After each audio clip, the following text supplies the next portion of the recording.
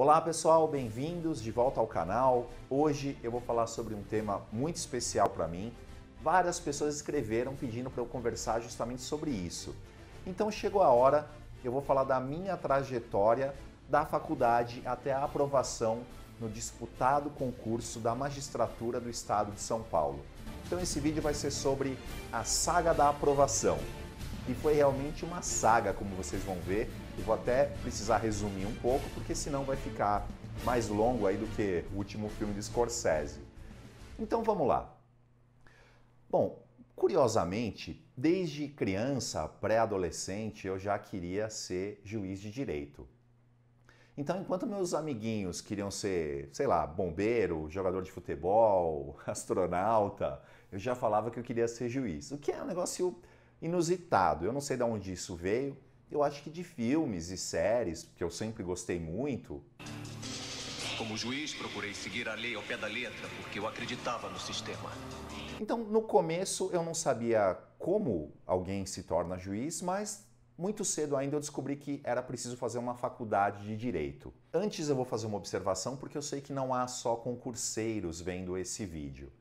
Então, para desmistificar até para a população, muitas pessoas acham que para ser juiz você precisa ter contatos, né? São pessoas indicadas, né? Um concurso de cartas marcadas. E na verdade não é nada disso. Eu, por exemplo, sempre estudei em escola pública, né? Eu nasci na Zona Leste do estado de São Paulo. Meu pai é eletricista, minha mãe dona de casa, então não tenho ninguém na família que seja da área jurídica, não tenho pais, né, sei lá, ministros, desembargadores, nada disso.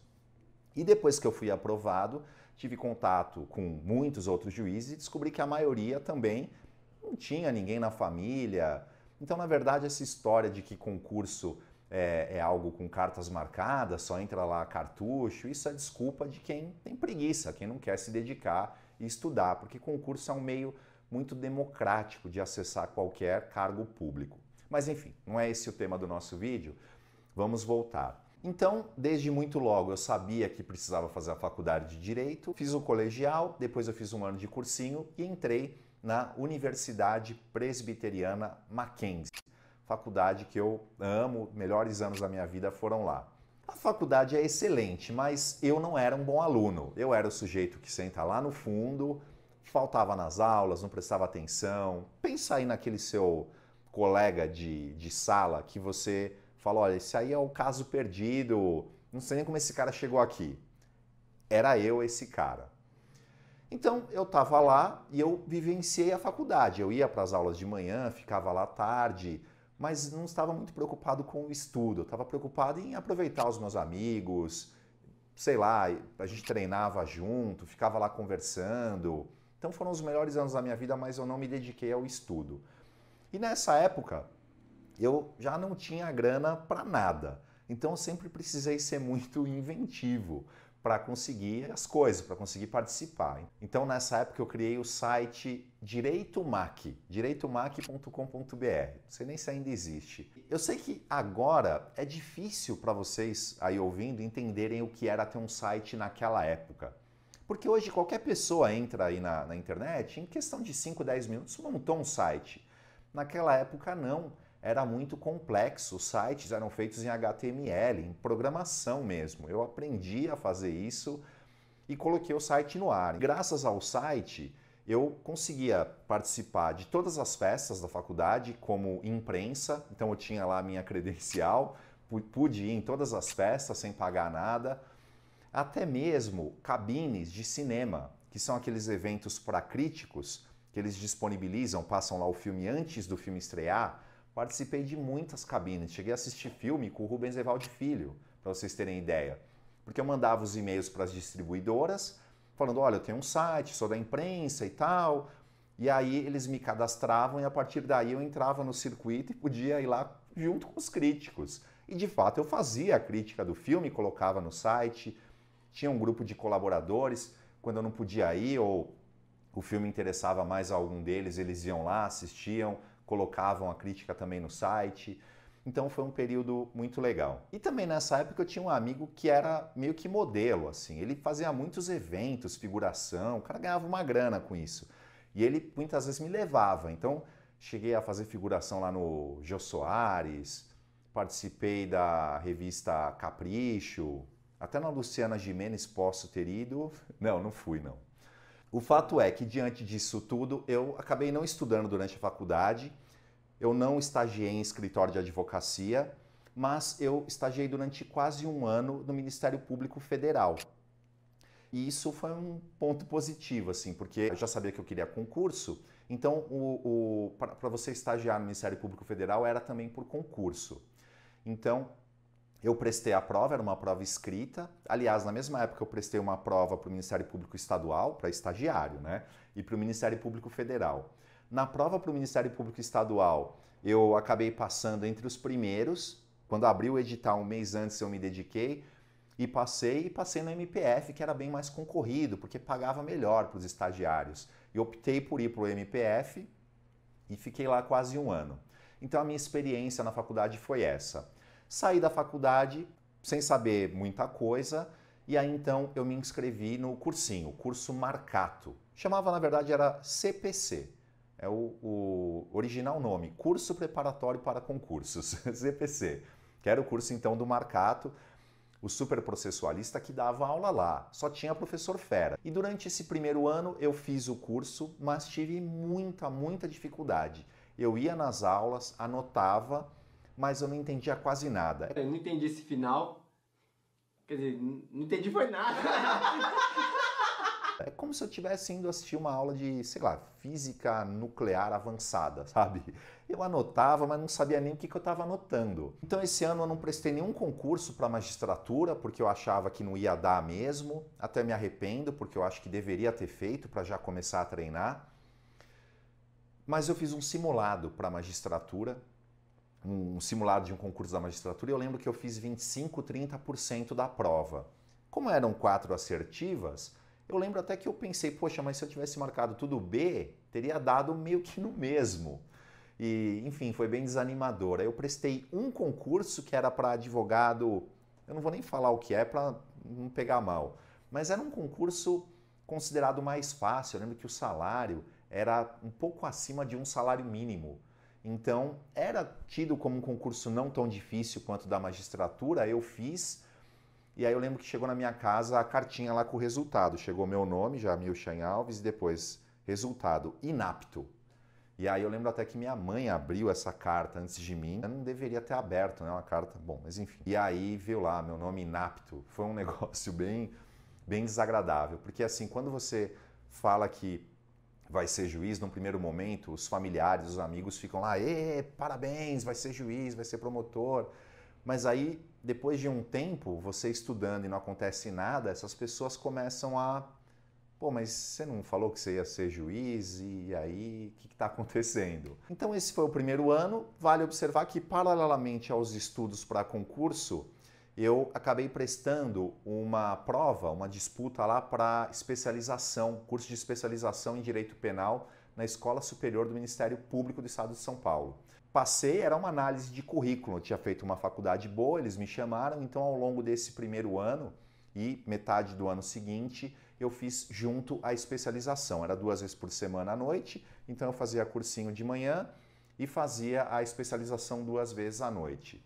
Durante toda a minha trajetória para concursos, eu não trabalhei, eu pude só estudar. Mas não é essa moleza que você deve estar pensando, Jamil Playboy, mas nada disso. Eu tive uma situação confortável no sentido de que meu pai pagava os estudos para mim. Mas era um acordo tácito no sentido de que, olha, eu pago os estudos e nada mais. Então eu não tinha dinheiro para nada, assim, roupa, viagens, nada, é zero mesmo. Então era só estudo, eu só tinha dinheiro lá, os estudos pagos e só mesmo. E aí então começou o segundo ano, me inscrevi no curso da Damásio e fui eu lá fazer mais um ano de cursinho, segundo ano de cursinho. Primeiro semestre fazendo a especialização à noite, né, concluindo a especialização, e de manhã eu ia lá para o Damásio assistir às aulas. E eu lembro que me marcou muito a primeira aula do curso, porque o Damásio vinha para dar uma palestra motivacional, digamos. Ele falava, olha, você quer ser juiz, você quer ser promotor, você já é juiz, você já é promotor, porque estando aqui, estudando, você está praticando os atos executórios para ser juiz ou promotor. Então você já pode se considerar como tal. E aí ele disse assim no final, uma frase que ecoou na minha cabeça ao longo de toda a minha preparação. Ele falou: se você quer ser juiz, não há o que o impeça. E eu lembro que ao longo dos anos que se seguiram, eu sempre lembrava dele tendo dito isso, sabe? Se você quer ser juiz, não há o que o impeça. E nesse segundo ano eu prestei o concurso da magistratura do estado de São Paulo e tive um desempenho mediano. Eu não lembro aqui o número exato de questões que eu acertei, mas eu vou tentar ser o mais próximo aí do que foi. Eu lembro que a nota de corte foi algo em torno de 77, 78 e eu fiz ali uns 60 e poucos pontos, né? 63, 64. Então ainda estava longe da nota de corte, mas eu já fiquei animadinho. Por outro lado, não era um resultado tão bom assim, porque, né, segundo ano de cursinho, mas foi isso. E aí não passei, prestei uma prova do Ministério Público do Estado de São Paulo, também não passei, foi um desempenho semelhante, né, uns 60 e poucos pontos, longe da nota de corte, e já segundo ano de cursinho. Mas aí aconteceu uma coisa muito boa, que eu acabei a especialização e prestei o mestrado em Direito Penal na PUC de São Paulo, que era o meu grande sonho, estudar lá. Fui aprovado, isso já me deu um alento. E com isso vamos para o terceiro ano de preparação. E aí eu já estava começando a ficar cansado de fazer um cursinho todos os dias, achando que eu poderia ficar estudando o material que eu já tinha, mas eu não queria abrir mão totalmente do cursinho. Aí eu descobri que o FMB, o curso FMB, Flávio Monteiro de Barros, tinha um curso aos sábados, que era período integral, 10 horas de aula aos sábados. Aí eu pensei, eu vou reunir aí o melhor dos mundos, porque de segunda a sexta eu estou no pique para estudar, estudo o dia inteiro na minha casa. No sábado, que eu estaria mais cansado, poderia ter distração, eu vou lá e me interno lá 10 horas de aula. Foi na primeira aula do curso que eu considero ponto de virada. Ali eu comecei a deixar de ser um aluno mediano e me tornei um concurseiro de elite, um concurseiro de ponta. E isso se deve à aula do Flávio Monteiro de Barros sobre como estudar para concursos públicos. E lá ele ensinou o método de revisões, múltiplas revisões. Eu gravei um vídeo falando especificamente sobre isso, não é o foco aqui desse vídeo. Mas então, a partir daquele momento, eu não sei, mas eu botei muita fé naquilo que ele ensinou. A partir do momento que eu comecei a aplicar esse método, eu nunca mais fui reprovado numa primeira fase de concurso. Só que esse ano, embora muito importante, ele foi também muito difícil, porque eu já estava no terceiro ano de estudos, né, estudando de segunda a segunda. Eu acho que começou a haver um desequilíbrio químico comigo e eu comecei a ficar muito triste, muito triste, muito triste.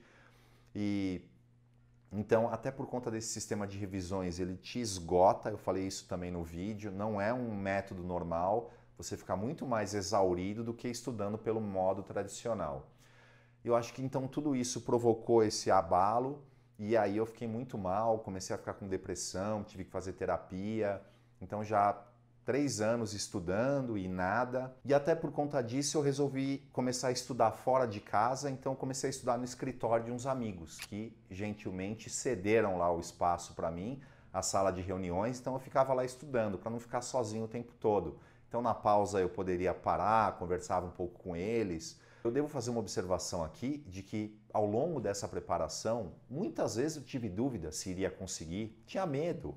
Via meus amigos colocados na vida, já advogando, ganhando dinheiro, e eu pensava, pô, será que eu vou conseguir? E se eu não conseguir, o que eu vou fazer? Muitas vezes eu ouvi pessoas dizendo que eu não ia conseguir, que eu era vagabundo, que eu estava simplesmente querendo não fazer nada, que os estudos eram uma desculpa para eu ficar em casa, para não precisar trabalhar. E no final desse terceiro ano, eu prestei de novo o concurso, né, da magistratura do Estado de São Paulo, e passei para a segunda fase ali na risca da nota de corte, mas passei.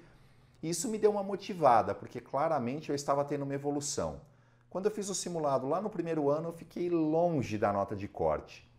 No segundo ano, quando eu fiz o concurso para valer, fiquei longe, mas já deu uma melhora. E agora, no terceiro ano, eu na risca passei para a segunda fase. Então eu fiquei motivado, mas reprovado na segunda fase. E no final desse terceiro ano de preparação, eu prestei também a prova do Ministério Público do Estado de São Paulo, passei para a segunda fase e reprovado na segunda fase. E com isso a gente conclui o meu terceiro ano de preparação, vamos para o quarto ano. E aí o quarto ano eu resolvi mudar, voltar a fazer cursinho todo dia e me matriculei no curso LFG. Na época o LFG estava bombando, curso Luiz Flávio Gomes. Todos esses professores espetaculares que estão aí em vários cursos, estavam todos lá. O Rogério Sanches, por exemplo, né, um dos maiores professores de penal, dava aula lá. E nesse ano eu parei de estudar no escritório com os meus amigos e comecei a estudar no IBCCRIM, o Instituto Brasileiro de Ciências Criminais, lá em frente ao João Mendes. Aí eu dividi os meus estudos. De manhã eu estudava para o mestrado, fazia minha dissertação, já que eu estava lá na biblioteca do IBCCRIM, né, super completa. Aí eu almoçava e depois à tarde eu estudava para concursos. E aí no final, à noite, eu ia para aula, né, ia lá para aula no LFG. E aí, quarto ano assim, prestei de novo o concurso da magistratura do Estado de São Paulo. Passei para a segunda fase e passei com folga, alguns pontos acima da nota de corte. Então, melhorando de novo. Segunda fase, eu achei que eu tinha ido super bem, porque eu tinha acertado tudo, reprovado de novo. E aí eu comecei a me perguntar, poxa, o que há de errado? Por que que eu respondo corretamente as questões, eu acho que respondo, e não passo para a fase oral? E nessa época, um amigo meu estava prestando OAB, e ele prestava a primeira fase, passava e não passava da segunda fase, que é a fase escrita. Sucessivas vezes isso foi acontecendo, o cara detonava na primeira fase e não passava na segunda. Ou seja, estava numa situação parecida com a minha, mas ele na OAB e eu na magistratura. Até que um amigo em comum me comunicou que ele havia finalmente conseguido passar na OAB. E eu falei, mas o que aconteceu? E aí ele falou que esse sujeito estava um dia assistindo a Ana Maria Braga, de manhã na casa dele, e ele viu que foi na Ana Maria Braga um professor de caligrafia, que tinha um curso muito renomado aqui em São Paulo. E falou que o cara então começou a fazer o curso de caligrafia, e aí meu amigo falou, meu, você não tem noção. Você vê a letra do cara, parece o Dom Pedro escrevendo. Aí eu, poxa, vou ligar para ele. Liguei para ele e falei, que história é essa aí da letra do Dom Pedro? O que é? Aí ele falou, não, cara, é isso aí mesmo. Eu vi na Ana Maria Braga, percebi que a minha letra era muito ruim, fiz o curso de caligrafia e deu certo. Minha letra agora tá muito bonita e tal, e é um negócio que chama atenção. Aí eu pensei, poxa, eu não sei se é isso ou não, mas a minha letra de fato não era bonita. E eu sei que a diferença entre quem passa e quem não passa no concurso é mínima, é tipo uma corrida de 100 metros na Olimpíada. Então o que eu fiz? Fui lá, me matriculei no curso de caligrafia e comecei a fazer o curso de caligrafia. Chegava lá, o pessoal escrevendo lá com pena, o pessoal super avançado, e eu lá, meio que na alfabetização. E é engraçado, porque a matéria vem tipo num pergaminho, assim, o cara enrola, te dá o negócio, você tem que estudar. É muito interessante. E aí fiz o curso de caligrafia, concluí, tenho o meu certificado de calígrafo, e paralelamente estudando para concursos, né? Não era só fazendo curso de caligrafia, estudando para concursos e fazendo mestrado. E aí, no quinto ano de preparação, esse ano eu não estava fazendo cursinho, só estudando em casa, abriu de novo, concurso de ingresso na carreira da magistratura do Estado de São Paulo. Me inscrevi e pensei, agora vai. Primeira fase, arregacei na prova. A nota de corte foi algo como 76, 77. Eu fiz lá para 85 pontos na primeira fase, mas muito acima. Passei para a segunda fase. Segunda fase eu com a minha letra do Dom Pedro, sabia todas as respostas, fui lá, pá, detonei, esperando o resultado. Será que agora vai, agora não vai, vai, não vai? Saiu lá meu nome, aprovados para exame oral, Jamil Chain Alves. Estava, enfim, na terceira fase da magistratura pela primeira vez. Paralelamente, concluí o mestrado, prestei o doutorado e estava também esperando. E aí, então, fase oral. Comecei a estudar, treinar respostas orais todos os dias. Aí eu lembro que teve carnaval nessa época, eu estava com medo de ter distrações em casa. Fui lá e me matriculei no Damásio, porque eu sabia que eles iam estar abertos durante o carnaval. Então, eu me matriculei só para cabine, algo que eu nunca fiz. Sabe cabine que você fica lá naquele lugar, né? Não aquela cabine de cinema super divertida. Aqui é a outra cabine, a cabine do apocalipse, a cabine que você fica lá só estudando e tal. Eu nunca gostei muito porque eu sempre achei um ambiente muito opressivo. Mas dessa vez eu fui. Carnaval, chegava lá ainda escuro, de tão cedo que eu chegava, e saía já estava escuro porque já tinha anoitecido. E quando você começa a chegar nesse nível de segunda fase, fase oral, você começa a ser um concurseiro meio solitário. Porque no começo, todas as suas dúvidas você pergunta para o colega do lado, todo mundo sabe, todo mundo te ajuda. Quando você está nesse nível, já começa a não ter muito, não querendo me achar, mas o concurseiro, quando ele passa, hoje eu já não tenho mais esse nível de sapiência de todas as matérias, mas o cara que está na fase oral tem. Então você já não tem muito com quem conversar, para quem perguntar. Eu lembro que foi incrível, porque lá no Damásio eu conheci 4 pessoas que estavam na fase oral também. E aí nós nos reunimos e começamos a nos ajudar. Então 4 simulavam serem os desembargadores, fazendo perguntas, e um de nós ficava lá respondendo. E um ajudando o outro, tal. Quando vinha uma pergunta que o aluno não sabia, os outros ajudavam, enfim. Foi um treino muito bom e esses 4 eram muito bons. Tanto que eu, internamente, chamava eles de Quarteto Fantástico. Eu falava, não, eu vou estudar com o Quarteto Fantástico.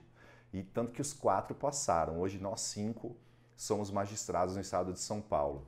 E a fase oral é uma fase que exige muito preparo psicológico do aluno, não só conhecimento jurídico, porque você fica sob muita pressão.